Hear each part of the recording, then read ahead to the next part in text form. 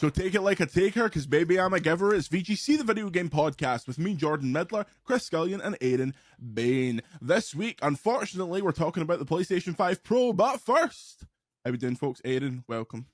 Thanks for having me once more.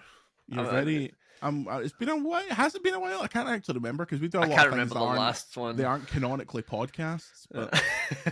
yeah, I can't remember the last thing I was on for, to be honest. I remember you were talking a lot about things I knew nothing about, like Pokemon and so on and so forth.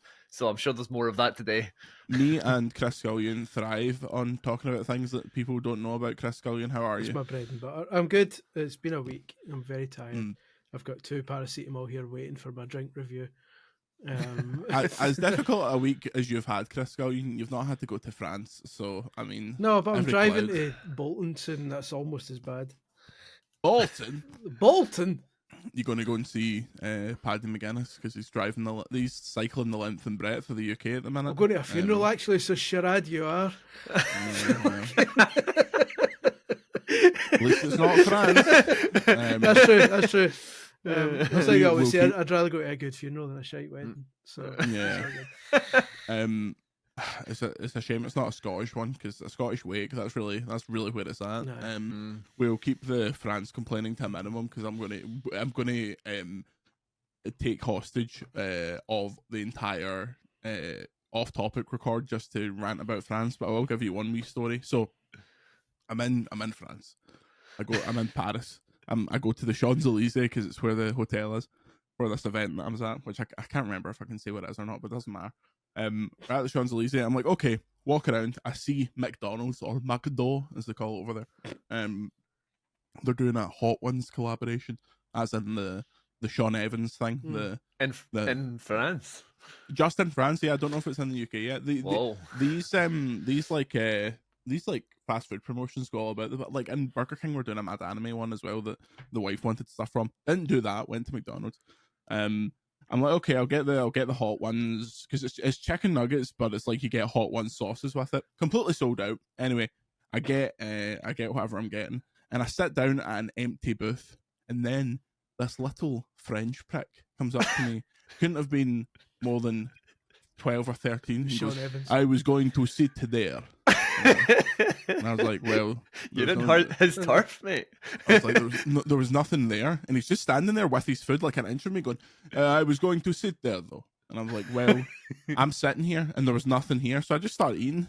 And he goes, I was going to sit there. And I'm like, there's one over there. And he goes, where? And I'm like, turn around, mate. There's multiple seats. And then I'm getting pissed off, so he turns around. Best possible thing happens.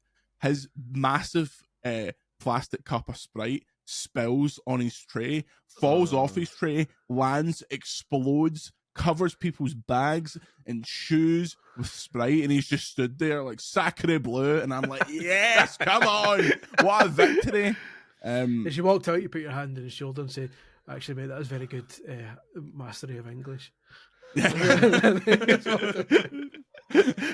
And honestly, that was the least rude French person I encountered. But more about that on Off Topic, which you'll be able to get at patreon.com/videogameschronicle. Chris Scullion, what else went up on patreon.com/videogameschronicle this week? Mate, I don't fucking know.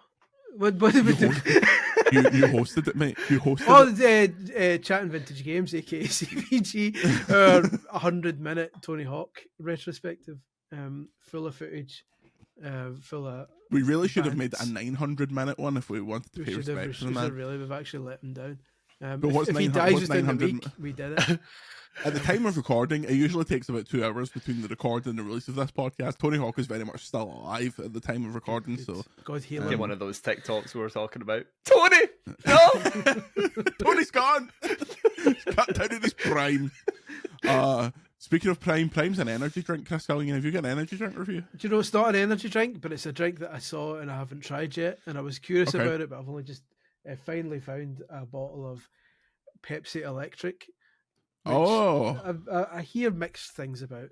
So it doesn't really count as an energy drink, but I figured when in Rome, do as the Romans drink do. Something non-Roman. He's electric. He's scoring a goal for Celtic. I'm getting Who was that? Whose song was that? I don't He's know. They make a electric. couple He's of just scoring shite a for goal for Celtic. a lot of players at one point got a chance they didn't Yeah, deserve. it was Them. Magic Zarafsky. Anyway, you're getting a. Right, I'll take my God, my head's screaming. Paris.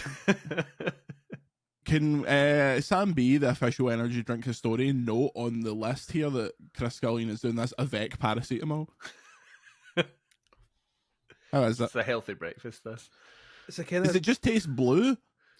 Well, that's not. It's like it's a citrusy taste, But I can't put my finger on it. It's not like but yeah. It's not like a blueberry or a blue raspberry number. it's a wee bit. The aftertaste is a wee bit licorice all sorts, which is odd. Disgusting. It's okay. It's okay. I wouldn't double dip. This would be a one and done. Yeah. Like, I'll drink it. There's to a the end and pink then one as forget. well, I think. Oh, was there? I think so, because I've seen the blue electric one in the shops, and it's usually accompanied by a pink one. So I feel like a pink juice is always better than a blue one. I'll drink it to the end and forget about it. Like I'll just leave my life. I'm still just rocking out with a classic, the white Monster Ultra. I'd like to formally announce that one friend of the show, Timur Hussein, texted me yesterday saying for the first time in about a decade, he's had some energy drinks, and he fully endorses the Ultra Rosa, which I think is a great choice. Ultra Rosa is a lovely one. Yeah, we're spreading the good word. We're spreading the Bible. I was going to get another one of those. Did he attribute that to us or our influence, or did he just do it for the sake of it?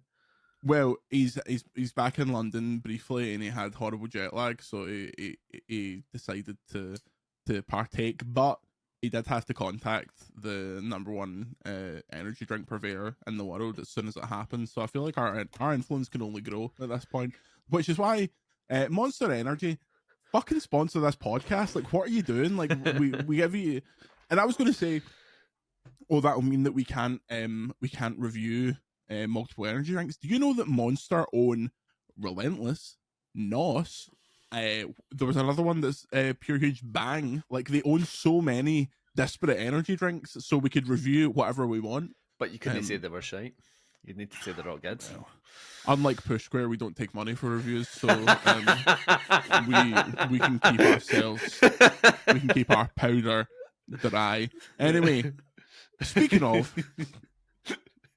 1 week ago today, did you Pepper make it taught the clear? band to play. I just don't remember. Did you make it clear at the start of this podcast that Aaron was actually part of Push Square, and that wasn't just a random attack on a just website? a random thing. And also to make it clear, we do not take money for reviews. Just has to be said. He's winking. Just need to make it clear that was an associated joke, and we're not just It's a firing blatant shots. attack on this lovely website. Look, I saw Sammy 24 hours ago, so I can say what I want. He was the guy in the McDos. Yeah, he was. I was sitting here. Yeah, your English is really good, Sammy.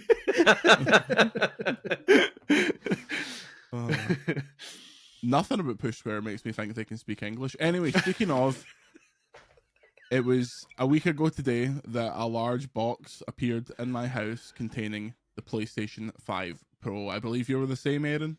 Yes, I was. Yes. We got the special exclusive Scottish release date, which was one day after it actually came out. How has your first week in the professional life been? It's I've been a little conflicted on it, to be honest. I've been like impressed and underwhelmed with it at the same time. I think that's going to be the general gist of things. It never really crossed my mind that like the upgrades for the enhanced games that are out there were going to be so different dependent on the like what the developers putting into them, because some of the games are insane. I mean, all the first party games are, I mean, the boost that they're getting. I mean, you're playing something like, I know it was a PS4 game before, but like The Last of Us Part 2 Remastered's running at like 4K 90 or something like that if you've got a VRR display. And you're getting a lot of other things like that. And then some games like Lords of the Fallen from last year, which did not run that well at all. The upgrade, the sharpening from PSSR, and it's now running at like a stable 60. The difference that makes is it is really, really special for some games.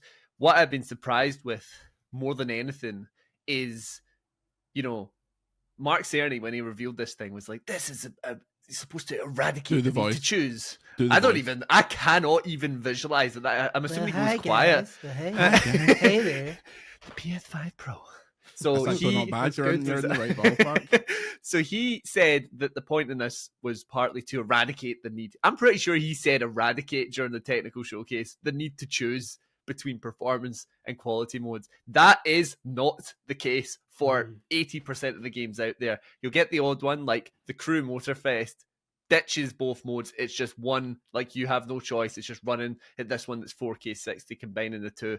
But then Spider-Man 2 has more choices now than it did before.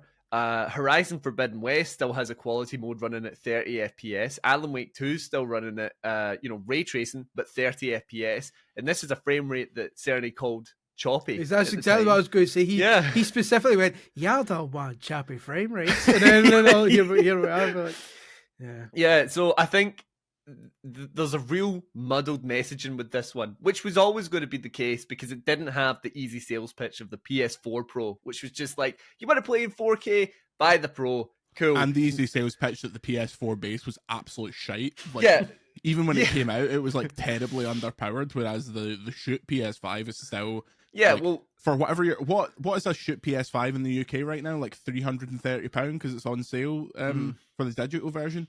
Try build a PC that can play games like that for £330. You sooner hang yourself. And when you start talking about the features that this is bringing, right? Your 4K, your ray tracing, and your higher frame rates, 120 they're saying specifically, all of them are technically possible through the base PS5. Obviously, support varies quite a bit.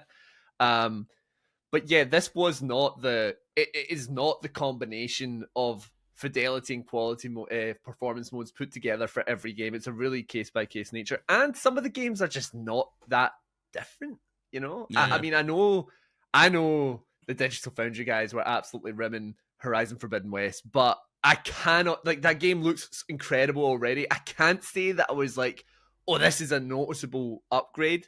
I think you're really going to see it maybe in the games that aren't quite that level already, sharpening up a little bit. But, I'm kind of in the same. I'm in the same kind of area. I feel like the PS4 Pro felt like a replacement for the PS4, whereas the PS5 is like are you a nutter? Do you have a top of the line telly? Do you need to see this stuff at the absolute peak? I think the PS5 Pro will make more sense as the generation goes on. Like, I think by the time we get to Death Stranding 2 and Yote and stuff like that, it'll really be like, oh, okay, these are games that are designed with the knowledge of the Pro coming, rather than stuff that's been quite clearly retrofitted to it. See, the Pro annoys me because in my head I see it as the message of the Pro is this is what we meant. Like when we promised 4K gaming and ray tracing and all that kind of stuff, this is what we meant. The 5 didn't quite but hit those what people maybe had in their mind. Oh, here's ray tracing, but the performance tanks as a result. Now here's your ray tracing. This is what we actually meant, and it's like that. It's weird though because I don't quite follow with that, because there's like the problem is Insomniac ruins all of this because they were already doing a fucking ray traced 40 frames per second mode on the PS5 that was like unbelievable. So it's like there was ways to get this amount of juice out of the PlayStation 5 if you knew what you were doing. It's the same way that we, in the Tony Hawk retrospective, was it American Wastelands we were looking at, and it's like, look at the character models in this, and this is the console that produced The Last of Us. Like, it's just what you get out of the system. And I think the Pro is like, I don't think many people will default to the Pro when they decide to change over, with the caveat that I still think that GTA 6 will have an absolute run on these things, but especially because they're going to put GTA 6 on the boxes. But in terms of like the wider stuff, like I've dipped into the majority of the software, and it is a lot of like loading up Hogwarts Legacy and walking in and going, this is a bit shinier, right? Uninstall, and then just doing that over and over again. But this is also a self-inflicted issue of I have played absolutely all of this stuff with this. Like, I played the Lake House on it, and that looked very, very nice. But the other issue is I reviewed Alan Wake on a fucking 4090, so we're not touching the sides of that. Chris Scullion, though, let me tell you, this will convince you to get a PS5 Pro. It certainly won't, but go for it. For years now, the EAFC community has complained, and you can even hear it in our review of EAFC 25, that the menus in the game, which you might not think are important in a football game, but it's so much of what you're doing, especially in Ultimate Team, are dreadfully slow, dreadfully sluggish and unresponsive. They have been running at 30 frames a second for the past 15 years. However, finally, with the power of the PS5 Pro, the menus, the replays, and set pieces now run at a cool 60 frames a second for the low price of £700. That doesn't make me want to thank Sony. That makes me want to fly to Vancouver and kick somebody in the balls at EA. Chris, fucking thank Sony right now for the smoothness. It's not even down to frame rate or smoothness. When I press right on the D-pad on the Xbox Series X version of EA Sports FC 25, I expect the cursor to move right. I shouldn't have to press it 3 times. So ungrateful. Scum of the earth. I shouldn't expect. I was howling laughing because we were joking. We were joking about it. Maybe I'll make the menus work. Literally does exactly what we thought would be the most hilarious thing. And I because as soon as you load up the menu for FC25 and there's like a player doing a celebration in slow motion, when I loaded it up, I was like, that looks next gen. And is it only 60 in some instances? No, the gameplay has always been 60, but the menus have been 30. Now the menus are at 60, and honestly, the amount of time you spend in menus doing squad building challenges and all that stuff, it makes a hell of a difference. Pack opening animation also in 60 is beautiful. Still stuff. skip it, though, to be fair. Yeah. What I'm actually disappointed about, and I think they've spoke about something that they want to do at this gen, no 120 mode for gameplay, and I would love a 120 mode because COD's 120 mode is fantastic, and I have the display for it. So well, this is one of the things I think that they've not really done good enough a job with, like, marketing, is just like how much you'll probably miss out on by not having a VRR display. Yeah, because you're talking about games like RE Village is running at apparently 4K 120 now. Like I was saying, the last was up to 90. Some of the games are fluctuating between ones, but I've seen quite a few 120 options, and you're just not getting that at all if you're running just a regular kind of bog standard 4K 60 TV. And I know, I get why they wouldn't say it, because they're like, buy this £700 console and buy a £1,000 TV. But I do feel like a lot of people would walk into this going, it's pro, it's better, it does this, it says 4K 120 in the box, I should get it. You know, I mean, I remember when I found out you needed HDMI 2.1, you know, to do these things. And there's going to be plenty of people that don't know that at all. And they're going to buy this thing and they're going to like, yes, here we go. Actually, mate, your £300 telly's just not going to cut it, you know? Yeah, this is for people who, when you ask them what telly they have, they talk about their LG OLED by the release year, rather than saying, oh, I think I've got some kind of LG. Like, it's the kind of person that watches John Lennon set up a TV for his settings and go, okay, I'm glad I have it. Obviously, we have the caveat, me and Aaron have the caveat, we didn't fucking pay for it. So, like, I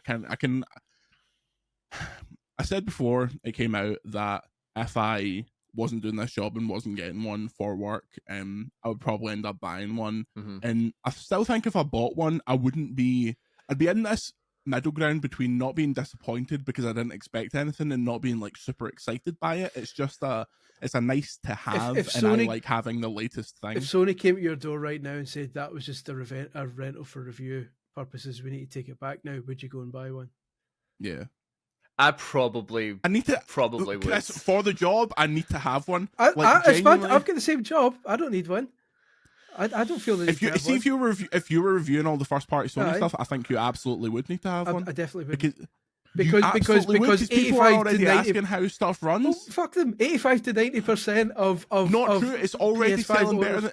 It's tracking better than the PS4 Pro though. Like, if it's tracking better than the PS4 Pro, then that is not an argument. Like. It absolutely is.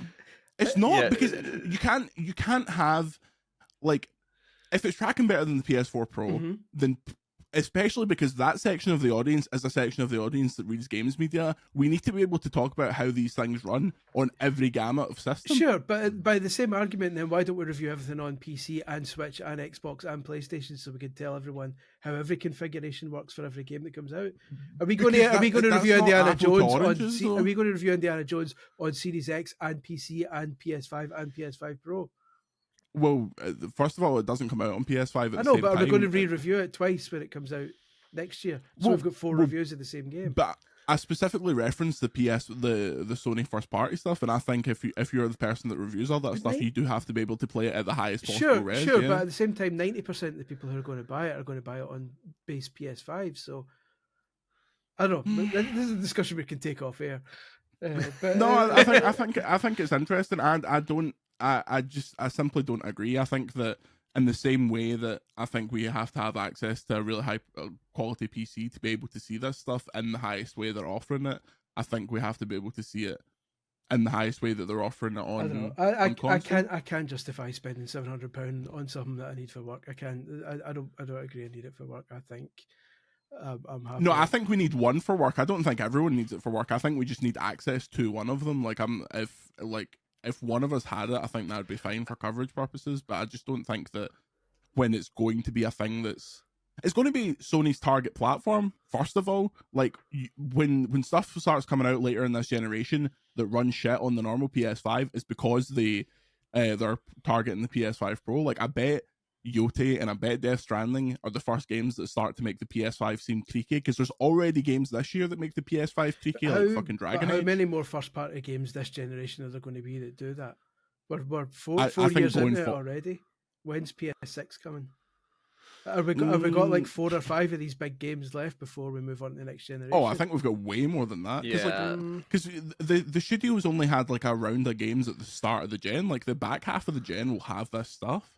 Like I can't name a single PlayStation studio that probably doesn't have a big PS5 game. At before that point, when those games start coming out, some people not just rather go, I think I might just hold fire and wait for PS6 and play them all then. Until the PS6 is a grand. Yeah, I reckon there would be people like that, but then at the same time, the trail off between generations is getting longer. You know, people are still rocking a PS4, and I think it's going to be the same thing where like maybe somebody has a PS5 Pro and it's cheaper at that point than to buy a PS6, and they stick with that for a while. I know people that have bought a PS4 Pro when the 5 was out because they were just like, oh no, I'm fine with this one for now. I do think there'll be a trail off in comparison to like. I do think that we will get a few big games though, because it's like everybody says, oh, there's no games. It's been really quiet. Like you're right, Jordan. I think there's a lot of the kind of big studios that have been like quiet for a while now that we should be expecting things before the end of the gen, and you're talking at least 3 years at this point till PS6 comes out, maybe. I think you're looking at longer than that, especially with the weird start to the generation. Like, it could be actually. I bet we get. I literally can't think of a single Sony first party that probably doesn't have something, because like Naughty Dog still hasn't done their big PS5. And they were saying they've been developing a new one since 2020. Yeah, like Druckmann's thing is on the way. Obviously, Insomniac have already put out 4, and it was funny when Digital Foundry was like, "Insomniac's put out 4 PS5 games." It's like, well, it's put out 2 PS5 games. It's put out 2 remasters of PS4 games. And yeah, so I think, as I said at the start, no, like I don't think anyone needs this, but if someone was to say to me, "Oh, I bought it because I have the telly for it," I'd be like, "Yeah, that makes sense." Like 700 is a lot of money in the console realm, but we even talked about this when it came out. £700 isn't a lot of money for a tech enthusiast. It's not even slightly a lot of money for a tech enthusiast, considering and the to cost be playing of something with it like 4K 60 plus with ray tracing in some instances like that for £700 is really good. And like I get the price is high and the lack of the disk drive is really annoying, but at the same time we do have 2 terabyte, and that bumps the price up a fair wee bit as well. You know, like by I think it should have been like 4 terabyte or something like that, because I installed like 10 games and it was already half full. Like I think the storage solution is is well, the upgrade solution is very good because you just fucking pop it off and put like a drive in it, but it should have came with a higher base. I just think as a tech enthusiast myself who has a PS5, I need to see £700 of difference to upgrade. I get people who don't have one yet, who don't have a PS5 and are choosing between the models. In that case, I get it. I pay a wee bit extra. But as someone who already has one, I need to see £700 of difference, and I don't see it. Or £300 to £400 of a difference if you're trading in. Yeah, but I probably wouldn't know. I'd put one upstairs. I mean, I'd need to. So I don't know. It's just I don't know. I'm not sold on it. And like if Xbox did the same, I wouldn't be sold either. I don't think. I'd rather wait for. I think you'd get an Xbox One. I wouldn't. An Xbox One. You'd go to the shop and go, "Give me your best Xbox One." I wouldn't. CX are like £800, please. No sale, boys. We were talking about this at dinner the other night. £700 is a lot of money, right? But I think people need to swallow the pill that this is closer to what we're going to be paying for consoles forever now. I think me and you were talking about this, Chris. That Switch 2 is £500. Oh, definitely. I get it. I as expensive as it is, I get it for a new generation. Like it's a slightly easier pill to swallow, but it's like this is the next step up, not an iterative step. This was then, this is now. This we are wiping the slate, and this is what you need now to start the next generation. Okay, then it's expensive if that's what they're going to be cost from now on because of chip prices and shortages and stuff. Okay, but yeah, I don't think the PS6 will cost £700 at least. Oh yeah, I don't think anyone would get. At least right now, it might happen in the future when GTA 6 is out and it's not on PC and the Pro is literally the best place to play it. But right now, there's no fucking FOMO with the Pro. Like I don't think anyone should be like worried that they're missing out on anything unless they are the absolute biggest graphics pedo going. But if they are, they're already in the PC ecosystem where you can outpower it with much more money. But if you're already in this world where you're just throwing money, then you can outpower it. I don't want to hear about PC ecosystems just now. I'm trying to build one. I was about to say you're about to fucking throw 4 stacks on a PC, and that is for my job because it's got video editing all the part. Like it's doing my head in. It's so. This is why I hate when people talk about consoles and someone says just build a PC. Is that right? I just build a PC. I ruin your fucking life. I'm not even building one. I'm using like a site that you just pick the parts and it does it for you. And I just put it on Twitter last night saying, "What about these specs, PC nerds?" Is in here that and people are like, "What about this won't work and that won't work." And these if you want to put a capture card in your 2 PCI Express slots and you want to put 3 hard drives in, then one of them will stop working. I'm like, what? How does that work? When I was using, I think probably the same website as you to get my PC built, and at the time I have no clue, and I had to get a friend of the show actually, David Kirkstall, he's been on before.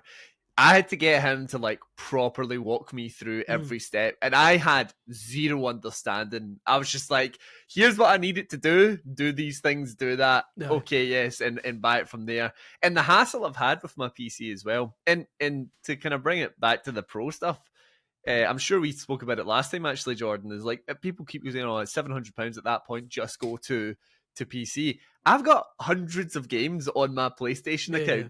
I'm not rebuying all of that stuff, you know? I don't want to then transition all of this to this thing and leave. Like, especially, I know it might seem pretty trivial, but trophies and stuff as well. I like to have that stuff. I'll get all my friends in there. So, yeah, I'm stuck with it. The PC doesn't have Astrobot. End of conversation. It will. It doesn't.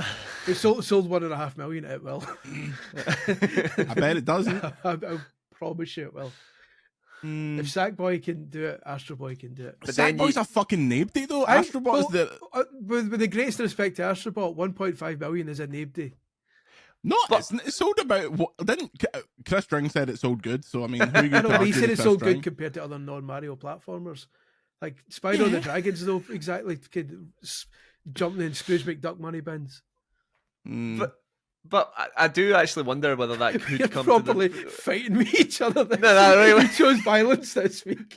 Don't fucking come for Astro, you fucking turncoat. I love Astrobot, but it didn't sell. Crazy oh yeah, I love him. I did not inhale. I love him, but he needs to turn more to a profit.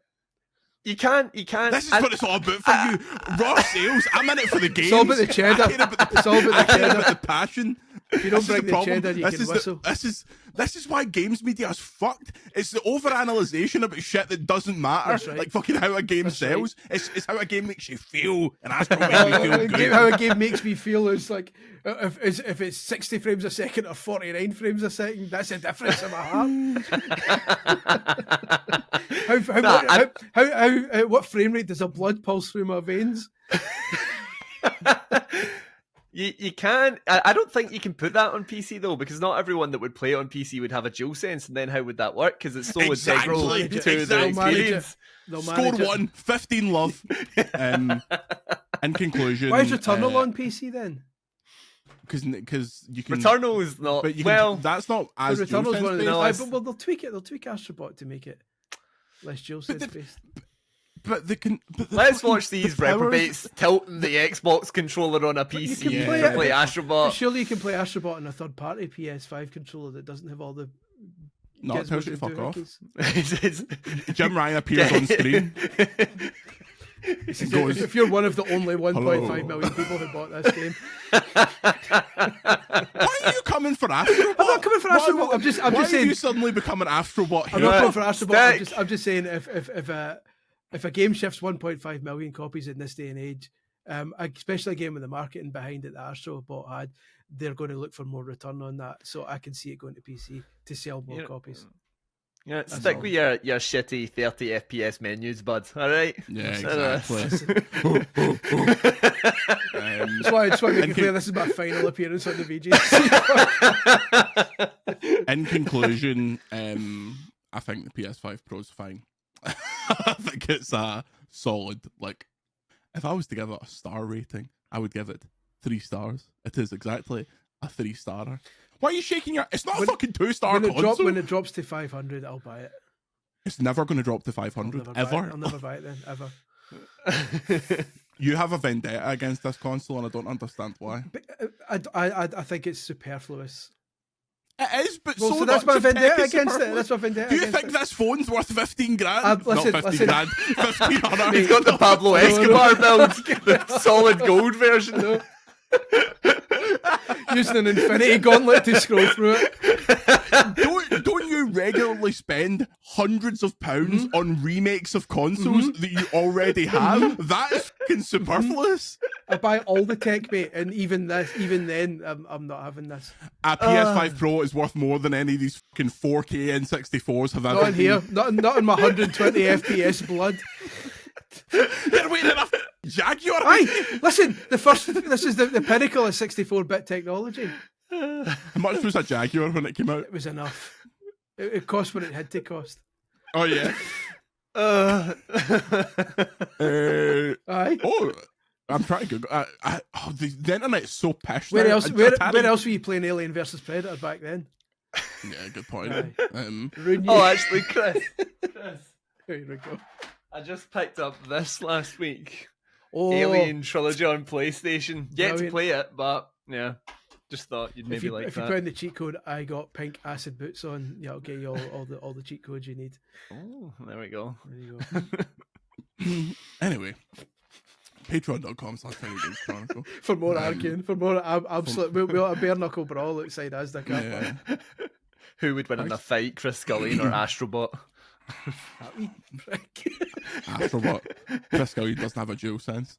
Can't afford it. He's bought too many fucking 4K Ataris. Make more sense. He's bought fucking 80 BBC Micros just this morning. A man who buys a fucking Playdate, a system that has about 5 games, telling me listen, what a console. How does COD run on it? How it doesn't need to, mate. wise? It doesn't need to belittle itself by going with the mainstream. It's got a Sailor Moon educational game all in Japanese. That's all you need. Yeah. To be fair, you brought that in now. People would talk about it as some kind of boutique console that would be fucking sold by what's the name? The Playdate people. They'd sell it for $2,000, and people would be like, you know what? I'm going to get it. It's nice and plasticky. Sold. When we come back, even more arguing. Let's take a breath. Let's take a breath and appreciate the things we've got in life. Yeah, we'll see. We're all healthy. In a minute. And we are back. Let's talk about Xbox. Let's talk about you and me. Yeah. Let's say. Here's our big boys now. Where the big boys play. Check this. There's more copies of Astro on Earth than there are Xbox Series X. Story number 1. Philly Spence was out here saying that he disliked manipulative expansions. Love this guy. And I'm not sure what he means by this. How you would. He was speaking to GameFile, Big Steve Totillo. They asked about the possibility of capitalizing on large player bases provided by Game Pass with more paid expansions. Spencer says there's no top-down mandate on expansions. Not every game will do expansions. Quote, it's really left to the creators what plan they have for their stories. I think it's a great way to re-engage players who may be lapsed. I don't like expansions that are manipulative. I want it to have a unique point of view. I don't want to be like a third level, the third level that you cut before you launch. Chris, I didn't really understand this because I have never really found that this kind of expansion stuff has been manipulative. Actually, it feels like it's gone completely out of vogue. Like the fact that Starfield did one was quite surprising. It's weird. I think the only stuff I feel is manipulative these days are stuff like Star Wars Outlaws, which had a level on day one, and you're like, if on day one you're like, all the stuff when I buy that game should be there on day one. If there's stuff you're holding back and it's not in the base I think that game, extends to this pishy pay £120 and play it 3 days early stuff, because that's so shite as well. Post-launch, especially if an expansion is coming out so much later, I don't think there's anything massively manipulative about that. Extra development work has to go into those expansions and putting them in the game. And if it's pretty clear that it hasn't just been pulled out and they thought we'll sit on that and they've continued to work on it post-launch, I pay them for it. I don't think... I feel like he's not actually talking about expansions when he says expansions. Just like going by that example of him saying the third level that you cut, that's got to be the missions he's talking about, like Star Wars. Like, get this exclusive quest if you pre-order and it's like 20 minutes extra content. I think that's what he's got to be talking about, because the expansions just, like it doesn't really make sense to me. Actually, otherwise. I think that the way Xbox have done it, and I think it's been quite successful, like when Starfield came out and they had their premium edition, you could just buy the upgrade like for whatever it was and still have like the Game Pass like credit towards it, so it was only like £30 instead of 90 or whatever. The good thing about that as well is, see, if you do it I did it for one of the old Forza Horizon games. It came out on Game Pass and I just bought the £20 premium upgrade. When they then pulled that Forza game because the licenses expired, they took it off Game Pass, but they said anyone who bought the £20 premium pack, that counts as you buying the game, so you could still continue to play the game because you'd spent money on it, which is a nice wee kind of life hack, I believe the kids call it. Yeah, I liked that they did. I've not played Shattered Space, like I like Starfield, but I'm not really in the mood to go back to it. But I want more of this stuff. We're sad to see that they're not doing any Spider-Man stuff. I think the transition to making them as individual games is understandable, but a bit disappointing. Like, it feels like now, unless a game is announced with a season pass as it comes out, I don't really expect much. I think that's why it's exciting that Astro has been like, okay, we're doing the speedrun stuff and we're doing other levels as well, but we won't talk about them yet. We'll just see. And they're weirdly leaking via like copyright stuff. It's also worth noting that kind of Microsoft kind of has to do expansions when it's day one Game Pass thing. They need to make money on these games somehow, like, so that's why you're getting StarCraft. My brain isn't working today. That's why you're getting drinks hitting with a paracetamol. I know, that's it. The paracetamol's kicking in. That's why you're getting expansions for these games, because they have to actually see money changing hands at some point. I'd be stunned if Indiana Jones didn't have one down the line. All those, they're selling on PlayStation, so maybe not, but that's when the expansion will launch. The complete edition launches on PlayStation, PS5 Pro enhanced. Won't be playing it.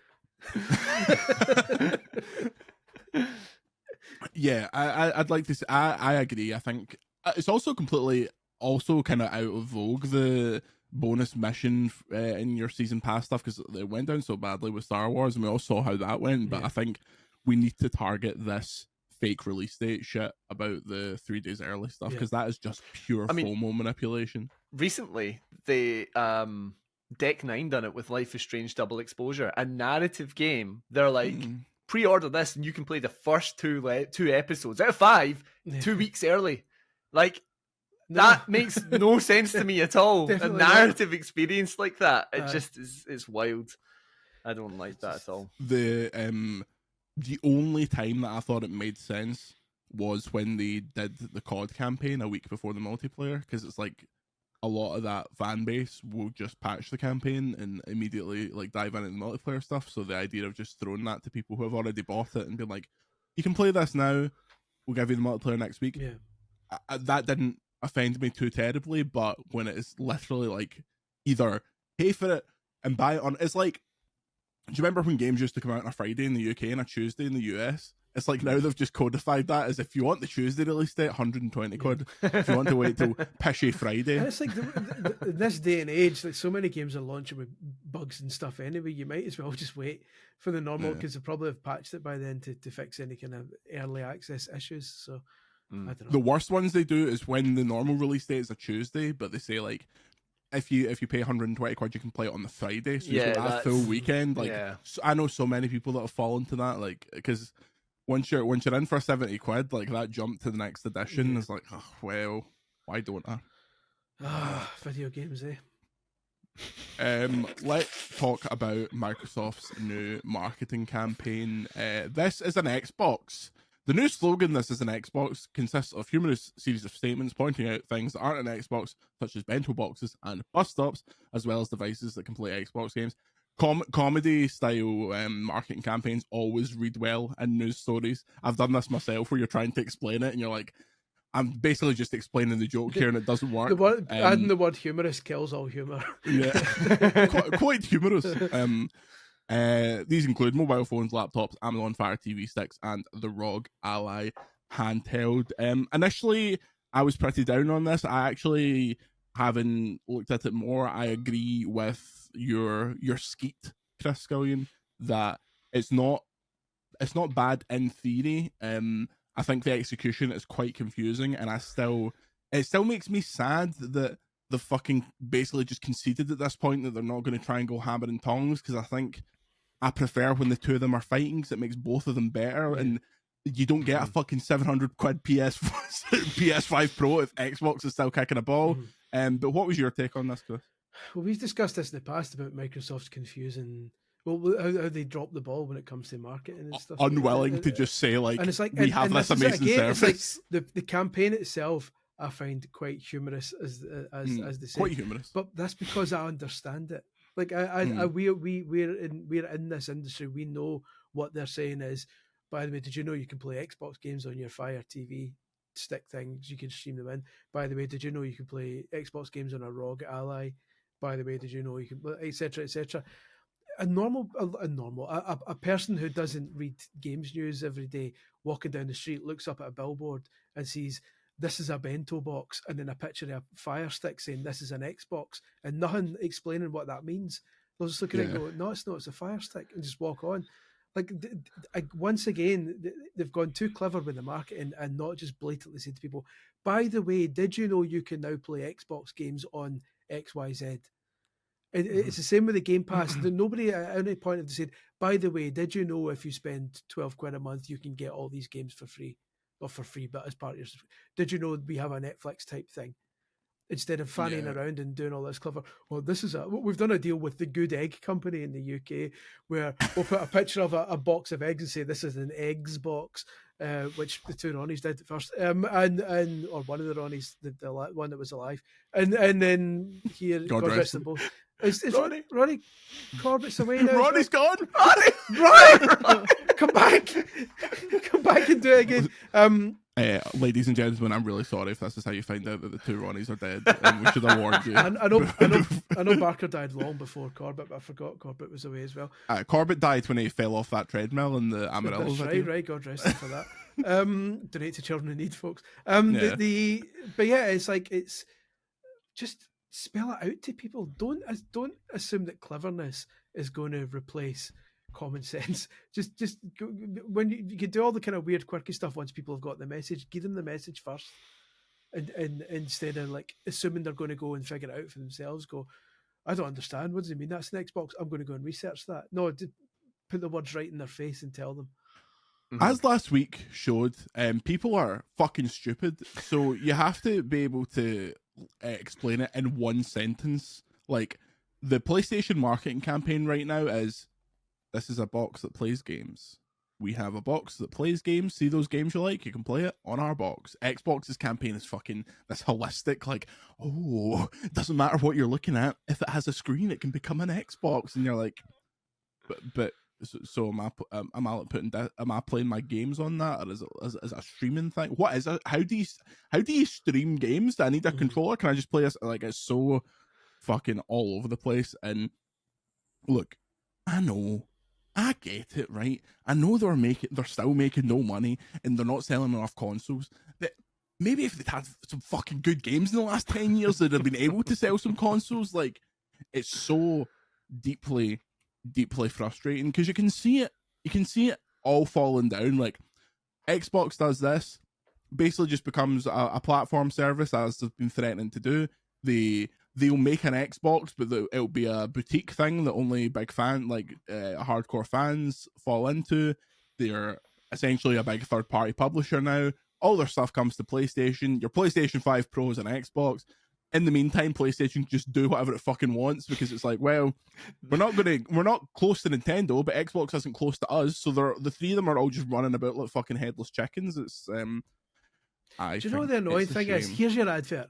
They've already got the slogan, because they're using it for another. Well, they did use it for another service they provided. The slogan is there, and they're not using it. Here's your advert, right? A boy's in his house. It's kind of like the Switch advert they did when the Switch first came out.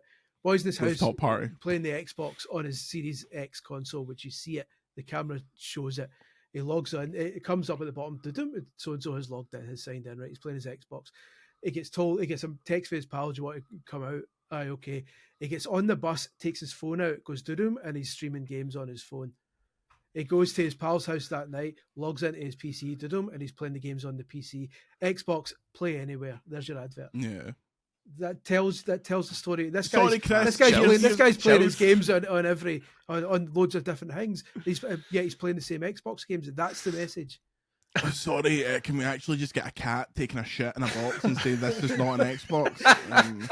Actually works better. Can we bring in Barry McGuigan and say this is an Xboxer?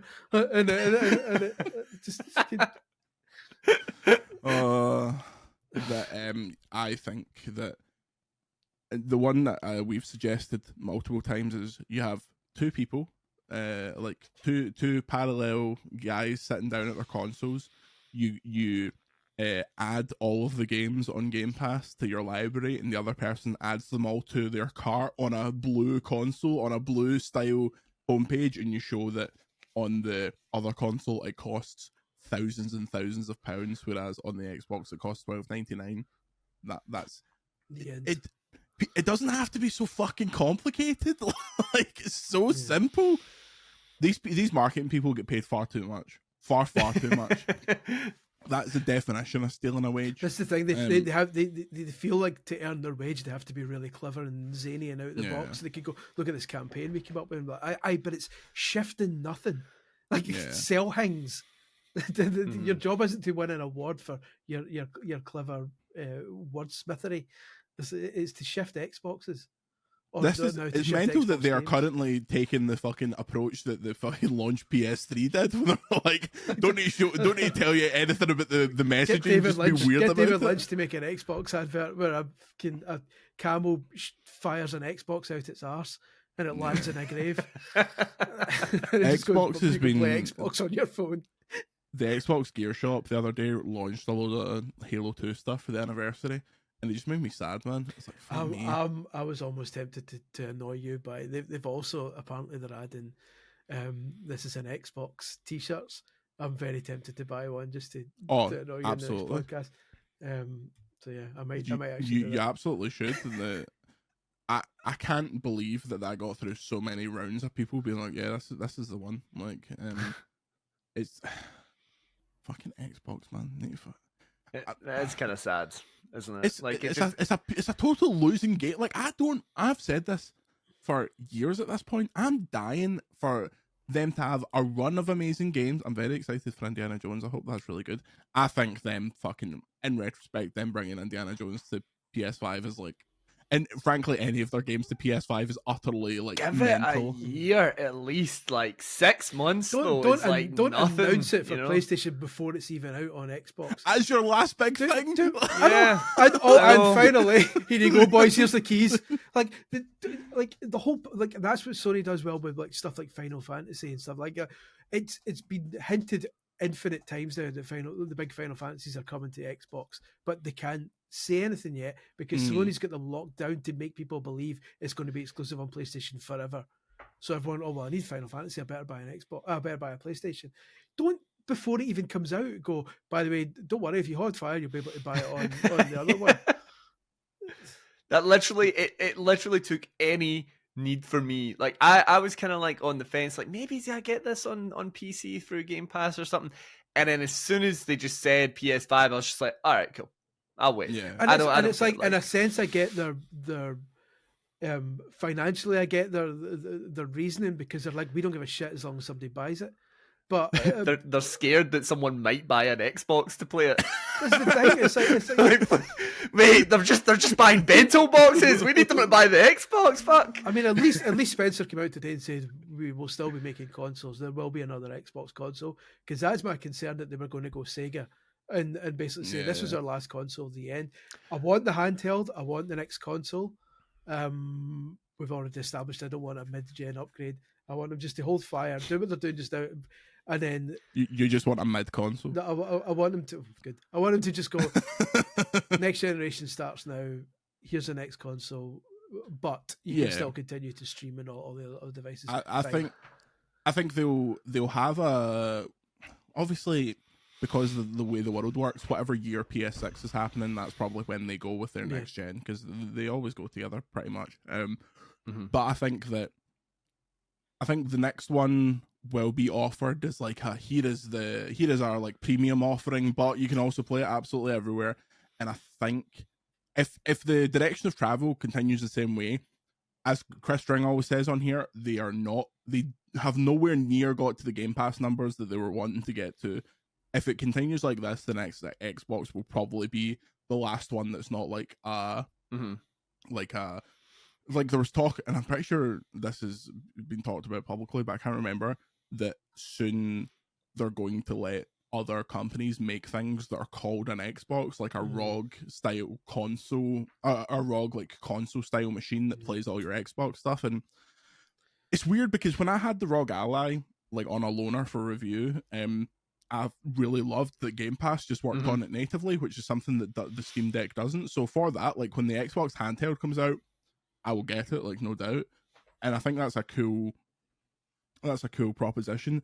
But I really, and you can see it if you go on the Xbox subreddit, the folk that is invested like 3 generations worth of money into this stuff, they're like I feel fucked. Like, why did I stick with this console when we're giving away all of our games and Sony has absolutely no incentive whatsoever to put their big stuff on Xbox? Like, they'll put their multiplayer stuff on Xbox and they'll put their big stuff on PC eventually, but it's not some two-way street. If you were just an Xbox player, don't have a PC, don't have the internet to do the streaming stuff, don't have the money to get another console, like, would you not just feel fucked in the ass constantly by the way they're approaching this? I think there's been like something on a kind of different level in terms of not even saying features or games or something, but I feel like the way that Sony's went about it, sometimes it's really annoying, and you think like you're saying they're given no incentive, but there's just this air of like it being a premium product by comparison sometimes. And I'm not to start wars between the two, but I just when you think about the Game Pass stuff, I just feel like it's like, oh, this we kind of like, it's the cost effective version, and then you have the PlayStation, which is like your big hitting games, because you have stuff like Spider-Man where like everybody wants it and everybody loves a game like that, you know. So I just think there's something in the marketing and the strategy that the PlayStation's went, and the lack of communication sometimes, it just gives it an air over Xbox. And I'm worried that, like you're saying, that the way that they're going, it might seem like the only option right now for them to say, like, this is an Xbox and this is an Xbox. But I think they're already on a slippery slope, and the phases out. Like, if Xbox actually loses everything about what you think it should be, because like you're saying, when you see a thing and it says like, this is an Xbox and it's a television, I'm just like, what? Like, honestly, my reaction is not fucking instant. An Xbox is a console made by Microsoft. First of all, the current Xbox has the best next generation feature, as we always talk about. It has a really good subscription service, and it's starting to roll out games. Like, this isn't like the Xbox One where the console was actually shite. Like, the Series X is a really good console, and they've just... It's so fucking frustrating. See, if instead man. of this is an Xbox, it was this plays Xbox. Yeah, like that makes more sense. So you see a picture of a Fire Stick, that plays Xbox. A picture of a dog's arse, this doesn't play Xbox. Of course it doesn't, because the disc could get stuck in its arse. Then it's still humorous, but it gets the message across better instead of confusing people. Maybe I'm exactly the type of person that should be marketing towards, considering how much I laughed at that. I just think it's I hate that kind of stuff. It honestly reminds me of the motion control era, where everyone was going motion control, and I'm like, no, this isn't games. I don't like this. This is not games for me. And calling all this stuff Xboxes, no, they fucking are not. Like, it makes you just kind of sad for, like, if you had a teenage, when we were growing up with like the 360. And what that meant to us, and like what it kind of symbolizes sometimes when you see that console and like what it brings back to you. What's some wee 13-year-old going to be thinking now when he goes back and he's like, man, my Samsung 55-inch Xbox, man, that was the days. The issue is though, the Xbox is not not like an interesting brand for people of that age anymore. Like, they're first of all, they're just fucking playing Roblox anyway. I would just like to reiterate for the record, for any official Nintendo magazine readers who followed me throughout my career, that when handled expertly, I approve of motion controls. Look, if it's a game by Mizuguchi, Child of Light's a different game. Child of Eden, now we're talking. The bocce ball game on PlayStation Move, where you just flick the bocce ball, decent. Excite Truck, Koro Rinpa. Okay. Now you're talking. There's your motion control. Anyway, what was that game where you balance the Wiimote on a box? That's what we're talking about right here. Let's tap. Yeah. We'll move on from this. This podcast is going to be about 3.5 hours long, but yeah, Xbox, get the fucking finger up. Okay, let's get a disc in. Let's get some questions from our Xbox, all of our Xboxes over at Discord. You can get access to Discord, patreon.com/video games chronicle. Let's have a look here. Viva Lahize says, what was your biggest surprise of the year in gaming as a whole? Can be anything, a good game, a bad game, even a personal highlight. I mean, has to be fucking Balatro, one of the best games I've played in years. And the day before I started playing it, I literally had never heard of it, and people were just talking about it like, oh, this thing's the absolute business. So that one's for me. Chris? I try to think. I can't think of anything that was massively surprising. Like, I mean, in terms of stuff that I wasn't expecting on January and that happened throughout the year, like stuff like that Nintendo World Championships game was like right up my alley, and I appreciate that it was a very much an acquired taste, but it was my taste, and I really liked that. I properly rinsed that. But I get that's not like a widespread, and not a lot of people will agree with me on that one, but that was like I really that seemed great. Apart from their approach to online leaderboards, if they do a Super Nintendo version with fixed online, then that'll be fantastic. Yeah, Aaron? I don't know. This has been like kind of weird year where, like, I suppose maybe Silent Hill 2 for me, because I thought it looked rubbish and then it wasn't. Yeah. That is a Probably. good. Yeah, I literally thought it looked crap up until playing Yeah. it at the preview event. And Yeah, I said to the developers, "No one can believe this is good." Yeah, like that's probably the one for me. That's probably the biggest surprise that I've had this year. It's been a kind of like everything's been exactly what I expected it to be for the most part. So I'd probably say Silent Hill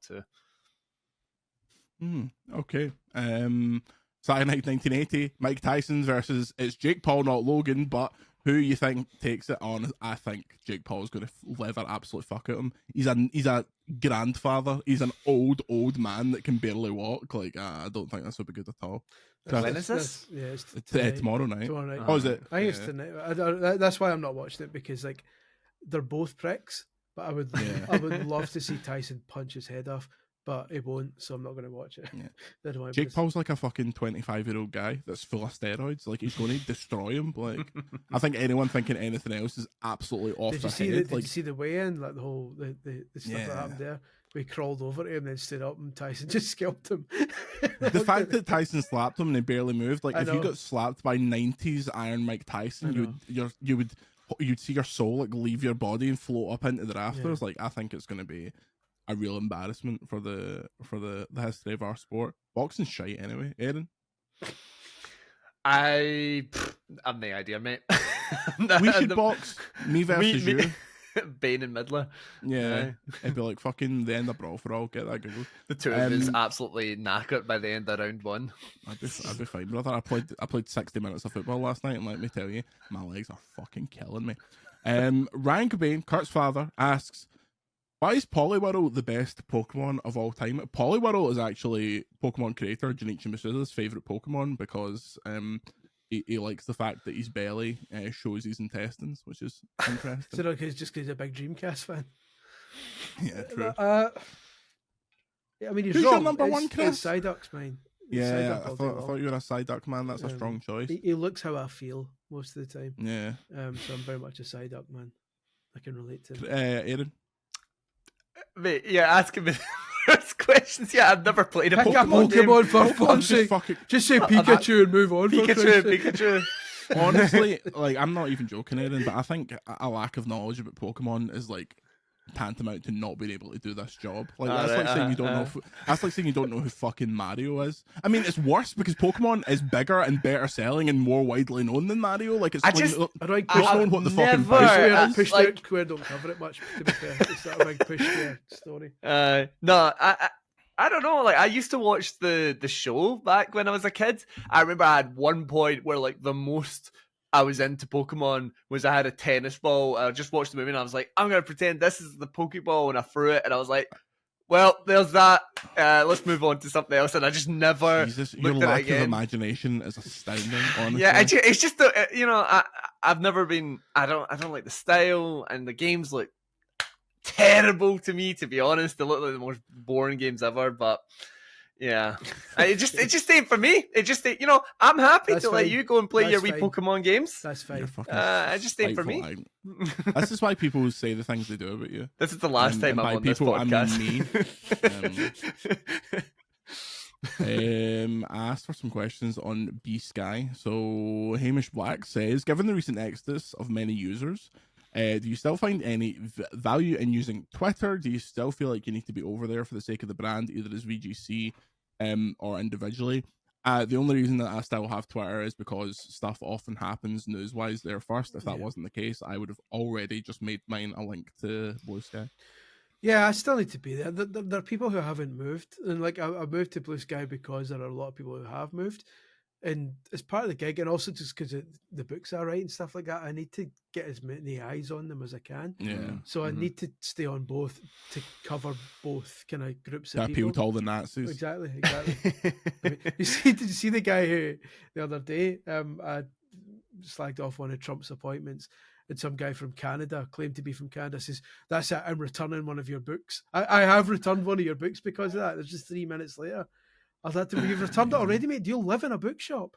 He volleyed it from Canada. I clearly never bought one of my books in my life. But yeah, so I need to kind of be around.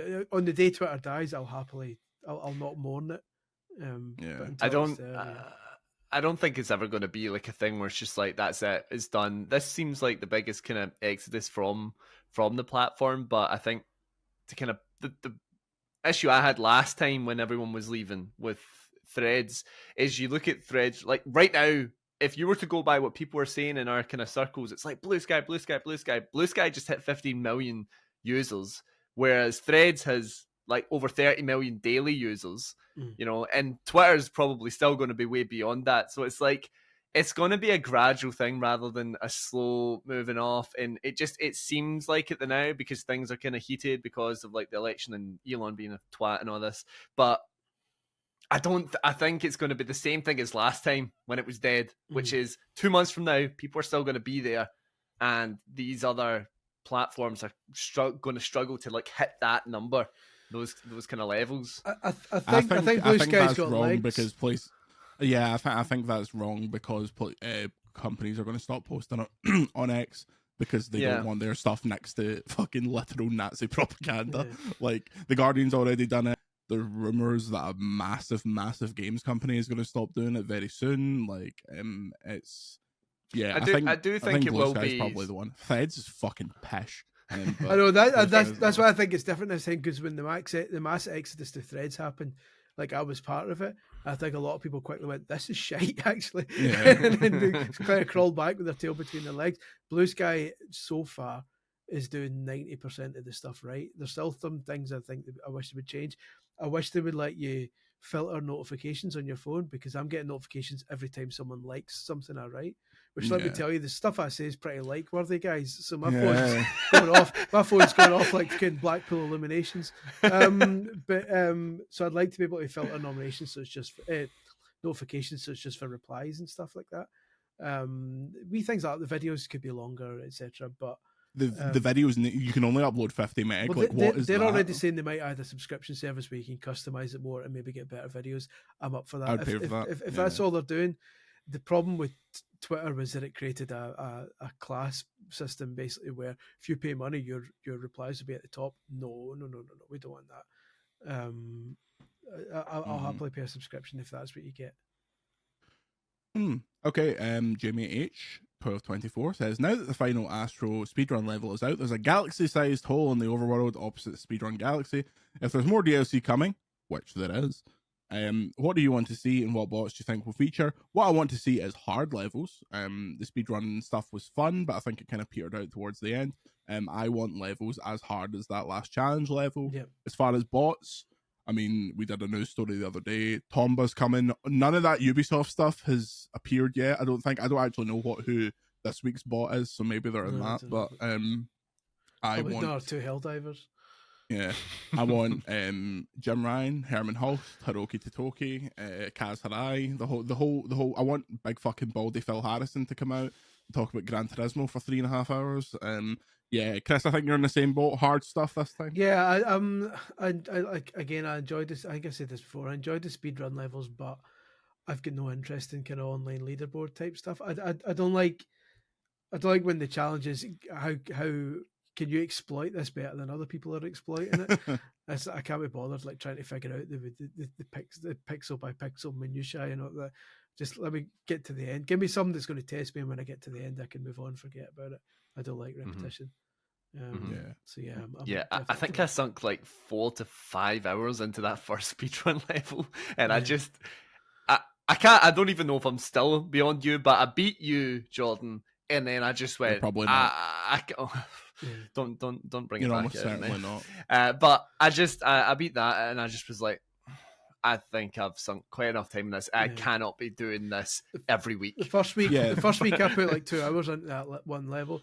The second week I beat it once and forgot about it. I was like, I can't do that again. Yeah, just give me the move on. I did the first and second ones like quite hardcore, but when you have 5 of them, remembering 5 different runs, especially like the muscle memory of 5 different runs, is a pain in the arse. I think the inflation level is pish. Like there's a stream archive on YouTube now where I did the one that's the monkey, the like boxing gloves, the arms one, which I thought was quite fun. I've not played this week, so I might stream some of that later tonight. But yeah, I want hard stuff. Everyone keeps saying like what if the hard levels are the Square Enix galaxy? But I don't think you're seeing any Square Enix characters in this, especially after Nico was like, we can't comment. Like, I feel like if that was a good we can't comment, it would be more teasy. So I think this is the Ubisoft universe rather than anything like that. I might wait until when the challenge levels comes out. I might wait till it comes out on PC and play them on that instead. I doubt you'll be waiting for the rest of your They'll add life. more cameo bots like Team Fortress and. Oh yeah, great games like that. Fucking Microsoft Excel, get Clippy in there, all the great stuff. I mean, that'll be. Hope your fucking PC explodes. Probably will. The Cowboys are making it. Yeah. Stick more fucking RAM in it, mate. You'll be fine. Fucking ram it up your hole. Let's get to who else? We've got any more? Have we got any more Biscayers? Callum Taylor, do you have a favourite video game related song that's not from a video game, a parody associated by a movie? I mean, what's the name of that? Is it Pac-Man Fever? Is that the name of that song? Yeah, Pac-Man Fever. Yeah, Pac-Man Fever is a great one. I used to be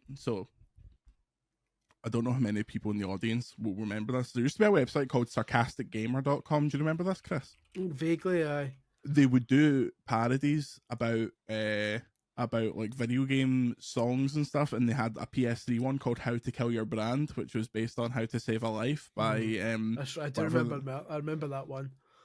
So I used to listen to their podcasts fucking religiously, and I thought these guys were like the most famous people in the world. And in retrospect, they probably had like 1/10 of the listeners that we have, but it seemed massive. And they had a Sarcastic Gamer UK podcast, and one of the boys was for Scotland. And I always think, like, what is he up to now? I can never remember any of their names to try and look it up. But yeah, Sarcastic Gamer, I used to think their parody videos, their parody songs were so fucking clever, because it's like, it's like Weird Al but for gaming. So any of that stuff. But yeah, Pac-Man Fever is great.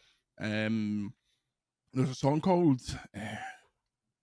Go Beyond that's I think the artist is Danny and Tori, but it's a song that was made for the 300th or 400th episode of Podcast Beyond, back when Greg and Colin hosted that, and that's really good. But yeah, if it's songs that are like associated with games but not, in fact, that's not even, I was going to say songs that are associated with games but not in the soundtrack, but I don't actually have any examples of that. Aaron, you got one? I'm pretty sure this guy ended up, something bad happened with him. Great, good start. Yeah. Good start. Young man by the name of Rolf Harris. Yeah. But there was the guy that used to do like the trailer songs where it was singing alongside. So there was an Assassin's Creed one. All right. Okay. What was this guy's name again? Was it like Tobuscus or something? Oh, Yeah. Is that one that? Yeah, he's one we. VGC, the video game podcast, and VGC as a company in 1981 media do not endorse any endorsement of Tobuscus or any of his absolutely mental views. He is okay. Is he as bad as you can go? Oh, okay, as bad as you can go. I don't know why I'm doing Trump hands while I'm doing that. He's going as bad as you can go. Yeah, everyone's saying it. There goes one of my. We don't like Tobuscus. We don't like Tobuscus. He's a bad guy. He's a bad guy. People are telling me they're saying this Tobuscus has got the parody songs, and I don't know. They're the most controversial things you've ever heard. We don't like him. Well, there we go. So, Aaron Bain is the Tobuscus of VGC. Chris, fucking rescue this before Aaron endorses fucking October 1992. Okay, take us back. back. In the UK charts, number 8 in the UK charts, Super Mario Land by Ambassadors of Funk. Number 6 in the UK charts, Tetris by Dr. Spin. And who was Dr. Spin, I hear you ask? Who was Dr. Spin? Sir Andrew Lloyd Webber. Oh, big ghoul face himself. You can Google it on YouTube, Top of the Pops, Dr. Spin Tetris. That was Andrew Lloyd Webber's alter ego. He created the dance version of Tetris, which reached number 6 in the charts. What a pair of belters. The Super Mario Land music video was filmed at Chessington World of Adventures. Just had a guy in a Mario suit jumping about like a fanny. It's highly recommended. You learn something new every day. Well, I think that'll do it for this week. If you want more videos, podcasts, and more, check out patreon.com/videogameschronicle. Aidan, where can we find your endorsement of the alt-right? You can find me on the Push Square YouTube channel. There will be none of that, though, sadly, for the people that are looking for it. No, we're on Push Square on YouTube. I actually just moved to Blue Sky as well. Pretty sure I just got my normal name, Aaron Bain, Aronbayne, for those wondering how to spell it. Can you tell I've Blippy style? Can you tell that I've had to spell my name to people for my entire life because they see Aaron spell it and they're like, Aaron? That's Aaron, isn't it? No, it's not. So anyway, yeah, those places. Oh, I just checked and I've got more followers on Blue Sky than Chris Scullion. That's made my fucking Friday. Here we go. Listen, that's why I'm still on Twitter, mate. Endorsing the alt-right. Yeah. Chris, where can we get you? Mate, you could just hang about in car parks. I'll turn up. If the windows are steamy, I know, you know exactly. It's Chris Scullion. If windows are steamy, give 5 minutes. He's the only man that goes solo dogging. I know. I'll sign your book, but I need to finish first. Get me on Twitter. Get me on Blue Sky at Scully1888. All that. I'm Jordan Midler everywhere. Everywhere you go, I'm Jordan Midler. Always take the weather with you. Until next week, say goodbye, Chris. Goodbye, Chris. Say goodbye, Aaron. Goodbye, Aaron. And we'll see you next time.